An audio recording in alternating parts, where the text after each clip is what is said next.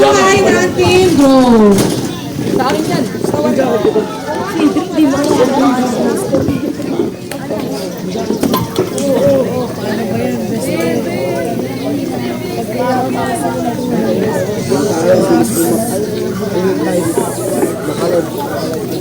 Nice. Yung mga magpapawater baptize po na tapos na mag-perform, pwede na lang po magpalit for preparing po mamaya sa water baptism. Thank you.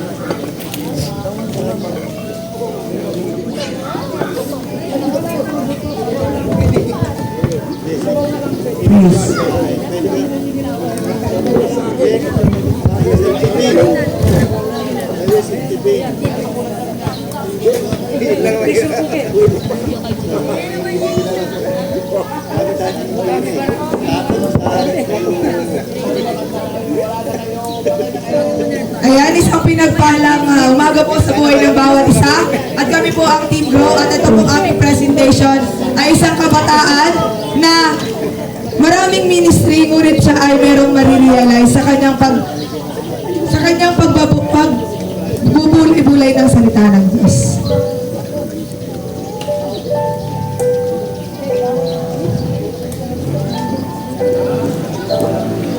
Ay, naku! Araw na ba? Ay, ito! Sunday na nga pala!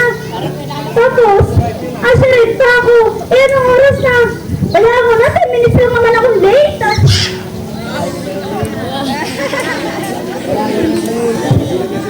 Hello po! Good morning po! Good morning po!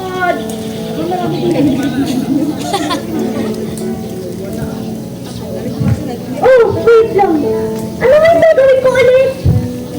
Ay, oo nga pala. Sumulit ako. Asan na ba yung music team?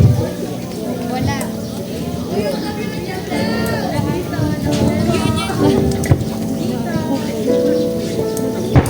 Naman, ang tagal talaga ng music team. Kaya nakakatamad umalit ng practice eh.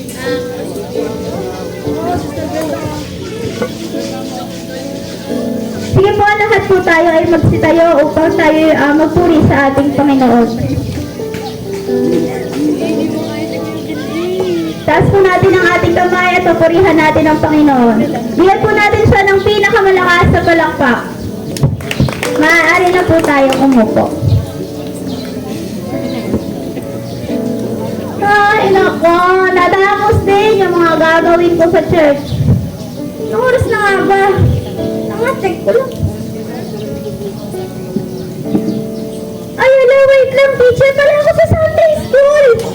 Masama ka na mga bata? Ay, wala pa akong vision. Anong gagawin ko? Wala na nga, susulat ko na lang. Ay, drugs.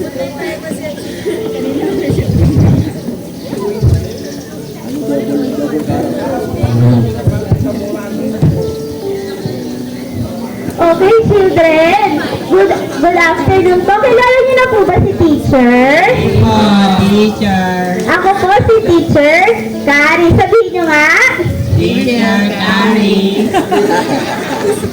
At ang lesson natin ngayon ay manggagaling sa Mateo chapter 28 verses 19 to 20. At ang title natin ay, pwede niyo po bang basahin? Di po namin mabasa. Ay, oo nga pala, hindi pa kayo marunong magbasa. Sige, repeat after me. I-share mo ang word ni God. Sabihin nyo nga. I-share mo ang word ni God. Okay, palakpakan natin ang Panginoon dahil sa matapos na araw na ito. Pero before kayo umalis, ano ang assignment ninyo? Anong sasabihin nyo kay Mama at Papa? Malulay na po tayo. Hindi po tayo magtatanong ng anong ulam. Anong sasabihin natin? Sasabihin natin kay Mama at kay Papa na, Mama or Papa, mahal kayo ni God. Ano sasabihin? Mama or Papa, mahal kayo ni God. Okay po, ayan po. Tayo po ay magsitayo at see you next week. Bye-bye! Bye po, teacher. Ay, naku, natapos na rin. Talaga nakatapos sa mga bata, lalo na pagsagot mga ano ulam, di ba? Makakaubos na ng energy. Makauwi na nga lang kasi mga ang dami yung sasabihin.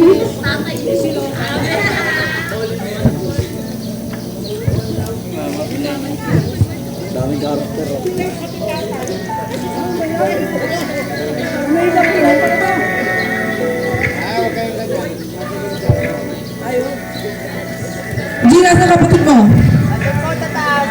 Bakit na pala yun? Di ko man lang napansin, di man lang nagsabi.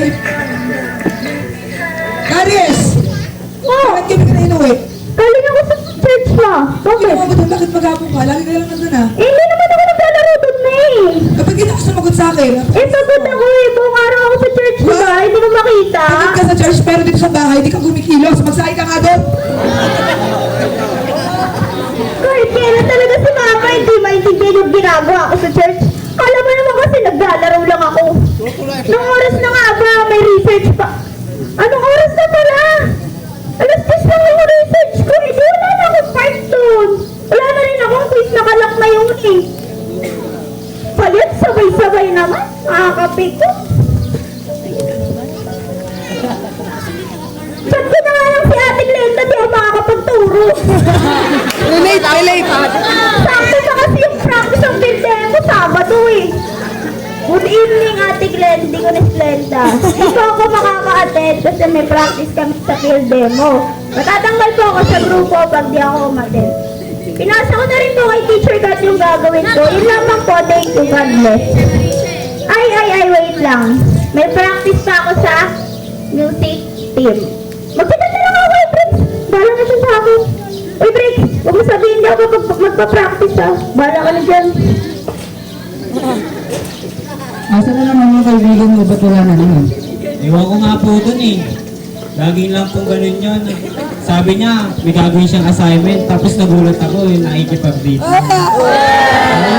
Meron pa hindi kaysa sa pag-practice natin dito sa church. Kaya nga po, hindi ko na nga po alam gagawin dyan eh. Siya pa naman ang piano tsaka sunglit natin tapos wala siya. Palitan na lang po natin, marami pa naman pong ibang pwedeng kumanta. Sige, ayaw na lang siya.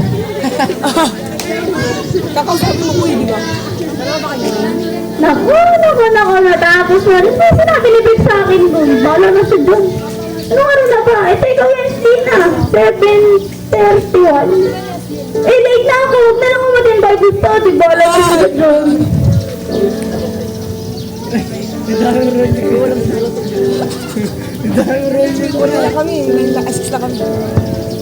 Ba't wala na naman yung kaibigan mo? Baka hindi ba po tapos makipag-date? Ano naman? Date na naman. Hindi ko nga po alam May gagawin. Bible study tayo tapos wala na yung date.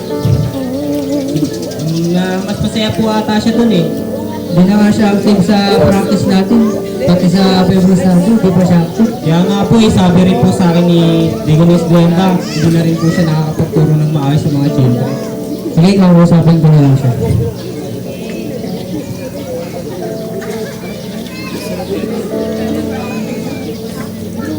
Karis, pwede ba ito makausap? Sige po, Tico. Ano po ba yun? Adriel. Kasi napapansin ko lahat na di ka na gusto atin ng mga practice natin, tsaka yung sa Bible study natin, di ka na rin atin. Ano ba nangyayari? Eh, di ko. Siyempre, graduating na po ako ngayon. Hindi naman po pwedeng ano na lang, ay basta-basta na lang yung may bigay ko. Tsaka puro practical po kasi yung exam namin. Hindi rin po ako pwedeng mag-lead kasi hindi naman po sila tumatanggap kapag valid reason. Tatanggalin ka po nila. Eh, hindi ako Ganun ba? Sige, baka sa susunod na Sunday, di mo na ito papatayin sa ano. Tinanggal na siya. Sige po, Tiko. Salamat po. Thank you. Model sa Tiko, tinanggal ako.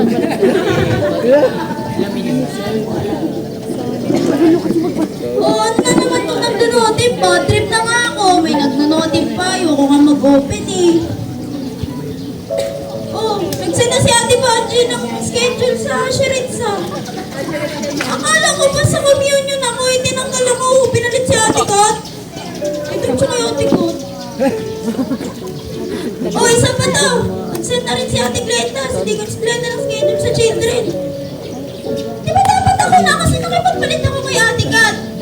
ngayon.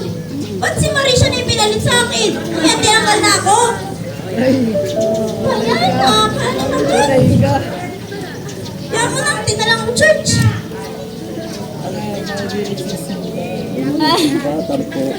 Aray ko. Kaya, weird naman sa church pag walang ginagawa. Oh, tahimik. Bagong member yarn. Kung ikaw, Karis, Oh, ano na naman? bakit nagkaganyan ka? Pag Hindi ka ginawa naman ko maatin sa music, tapos hindi ka pa nakapagturo na maayos sa mga bata. Ano bang ginagawa mo sa buhay mo? Akala ko ba best friend kita? Akala ko, best friend tayo. Bakit mo ako ginaganyan? Diba akala ko best friend? Magkasama, up and down. Ba't iniwan mo ako nung nasa down na ako, nasa up ka? Kasi nga, nawawala ka sa pagpapokus. Dapat nakabalance, simbahan, pag-aaral. Hindi yung hindi yung hindi mo nababalance. Tumataas yung sa school, sa pag-worship naman kay God, bumababa. Dapat balance lang. Wala kang pagpapalaga sa oras mo, bahala sa buhay mo. Ano ba yun? Gisa na nga lang tropa ko, iniwan pa ako. Tapos yung sinasabi niyang balance, ibagsak nga ako sa PLDM mo, tinanggal ako. O ano sinabi ng nanay ko, sinampal ako. Tapos, wala pa yung sa children, wala na rin sa music, tanggal pa sa Asherit. Hindi ano na lang sasabihin sa akin, di ba? Lahat wala na, kaibigan ko, pag-aaral ko, mga ministry ko, dami-dami kong ministry, kompleto ako, tapos lahat ngayon mawawala. Gagawin ko. Yun lang naman, doon lang naman ako nasanay eh. Doon lang naman umikot yung mundo ko eh. Siguro ito yung time para ma-realize ko lahat na mabuksan ako sa mga bagay na ginawa ko.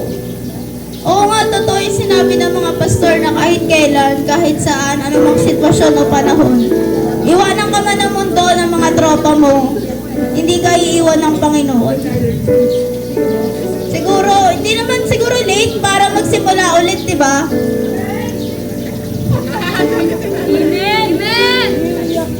Sige na nga, magde-devotion na ako. Amen! Purihin ng Diyos!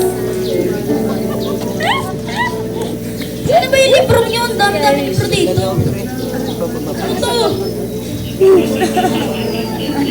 Ilang taon ko namang di nabuksan to. Uminom. Okay, ganito na lang. Wala kang maisip na verse. Hula-hula na lang tayo. Unang mabuksan ko, yun ang devotion ko. Okay na to. Okay na to. Wow, ang dumi.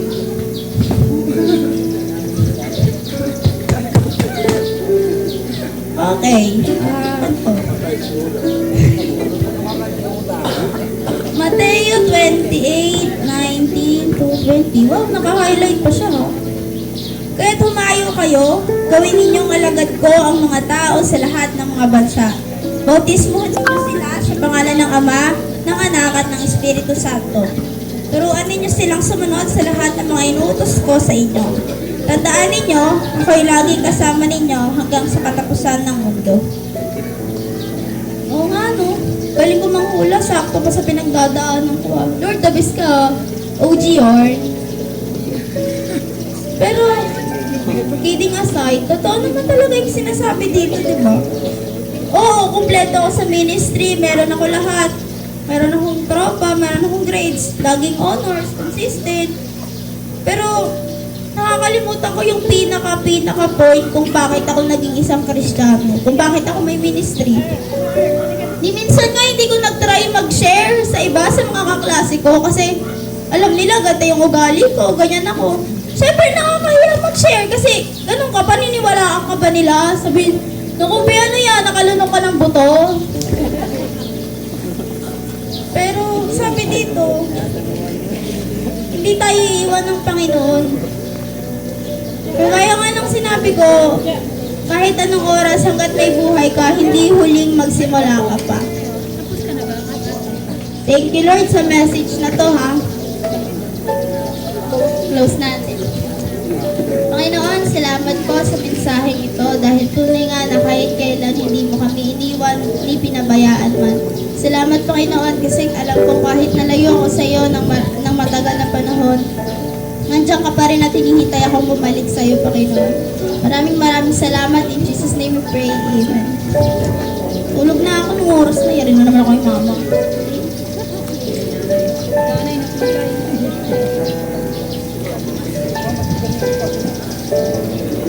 Okay, good morning world. Oh, nasa na ako.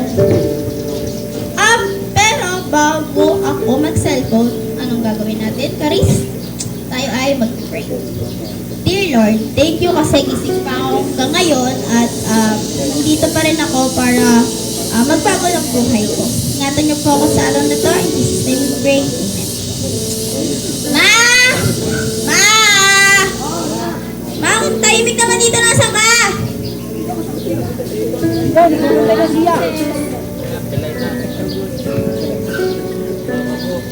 Uy, ma, good morning. Anong good? Walang good morning sa umagang to. Aga-aga, gagalit ka. Sinampal mo na nga ako isang araw eh. Ano? Sumasagot ka pa. Mali ka nga dito, ma. Bakit? Ito mo tuloy sasabihin ko, ma. O kasi. Bakit? Bakit ka natin? Hindi, joke lang. Gusto ko lang mag-sorry kasi bait-bait ko talagang bata, di ba? Ay, tama naman. Pero ito na nga. Sorry, ma, kasi ganun kita sagot-sagutin lang and totoo naman. Totoo naman yung mga sinabi mo na lagi ako sa church pero hindi ako tumutulong sa bahay. Simpleng pagsasayang hindi ko pa magawa tapos ganun pa kita sagutin. Syempre, ngayon na-realize ko na dahil sa tulong ng Panginoon na oo nga, matalino ako pero hindi ko yung ginagamit yung katalinuhan ko sa mga bagay na dapat pagtuunan ng pansin. Kaya, sorry ma, sana patawarin mo. Ano ka ba? Hindi kita matitiis na pagkatuto. Makapasok na ako ba? Oh, Bakit? thank you. Diyan ka.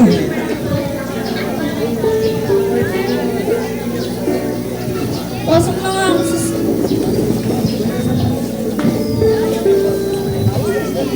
Uy, wala pa naman classroom. Paano taon na ako? Ano nga ako? Ito, assignment. Uy, pre, may assignment ka pa ba? Meron, bakit?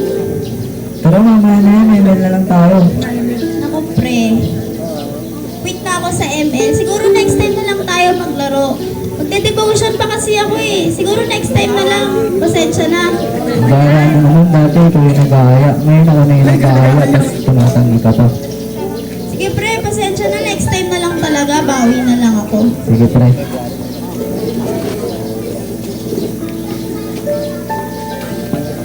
Uy, pre. Wait lang. Okay, pre. Lord, gabayan niyo po ako. Pre, sa Sunday may youth fellowship kasi kami. Alas 2 yun. Pwede ka ba, available ka ba sa Sunday? Invite sana kita sa church namin. Sige, pre, pag-isipan ko. Sige, pre.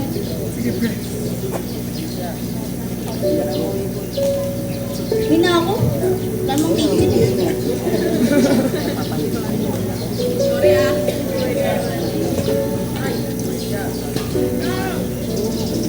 Anong araw na ba? Sunday na, diba? Ay, wala, may invite pala ako sa church. Una na ako, ma!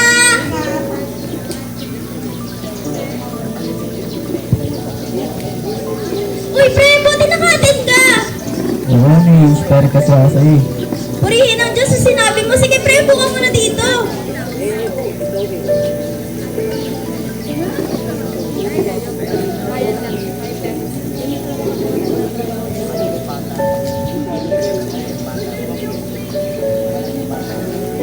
Vicaris, Oh, bakit, Trix? Ano meron? wala. Gusto sana kita makausap kahit saglit lang. Sige, bakit? Ano ba yun? Tara, tayo. Ano ba yun? Gusto ko sanang mag-sorry dun sa sinabi ko nung nakaraan. Sobrang nainis na ako sa'yo kasi yung mga dapat kahalagahan, binabaliwala mo. Then, sorry rin kasi nasiraan kita sa ibang biko natin. Kasi ikaw ang kulit mo Okay lang yun, pre. Naintindihan ko naman kung saan nanggagaling yung galit mo. Tsaka, na-realize ko na rin and nagising na rin ako sa katotohanan na oo, tama kayo ng mga sinabi para kung si mama. And ayun nga, na-realize ko na ang dami ko palang mali at hindi ko yun nakikita sa akin. Kaya okay lang naman kahit gano'n yung ginawa ko.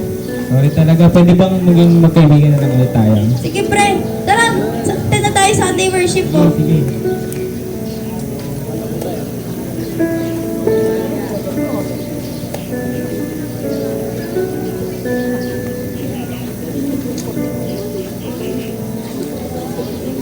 Praise. Kaya, purihin ng Panginoon. Tayo po ay magpuri at magsamba sa ating Panginoon. Dadakan na po tayo sa ating praise and worship. Kaya sila muna mag-ano, piano tsaka magsulit kasi wala tayong ano. Okay lang po ba yun, Pastor? Ay, Deacon? Okay lang po. Sige po, Deacon, see you next week po. Yes. Ma! Uwi na ako.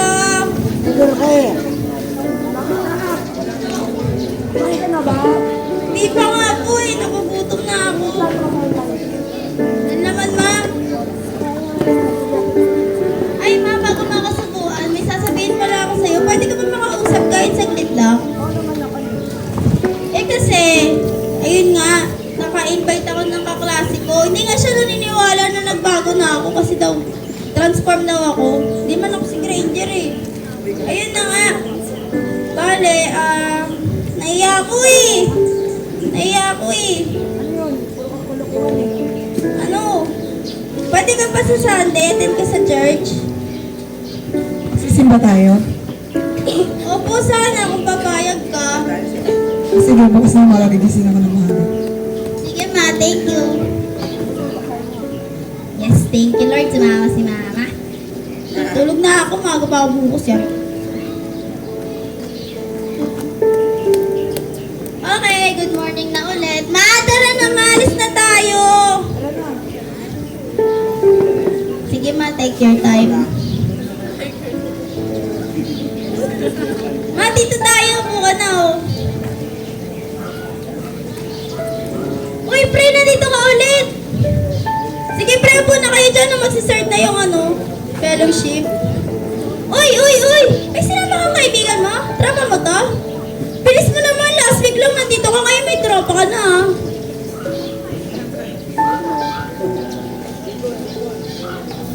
Digong, wala po si Ate Kat, hindi po makakanta ngayon. Kasi po may emergency daw po siyang pupuntahan.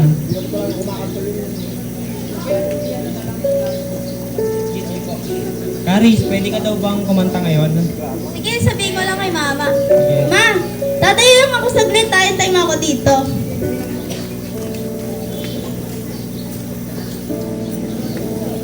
Tayo pong lahat ay magsitayo, papurihan po natin ang ating Panginoon.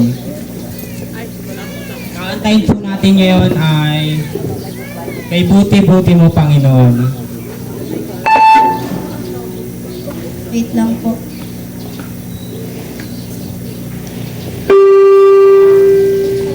Taas po natin ang ating kamay at damhin ang presensya ng Panginoon.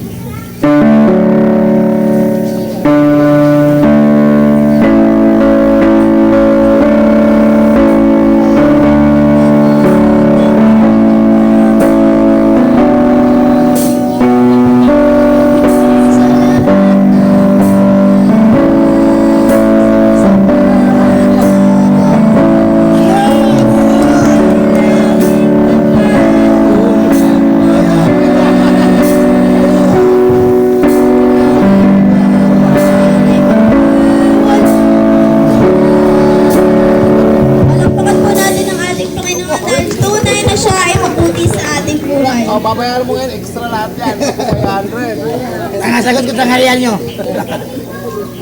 Uy, ma, niya mo dyan. Anak, nakakatuwa ka na makita sa harapan. Wala ngayon sasama na ako palagi sa'yo tuwing magsisimba. Purihin ang Panginoon, ma, kasi alam kong hindi ako magbabago kung wala ang tulong ng Panginoon. Asan yung anak mo? Yun lamang po, sa Diyos po, pinakamataas na papuri at pasasalamat.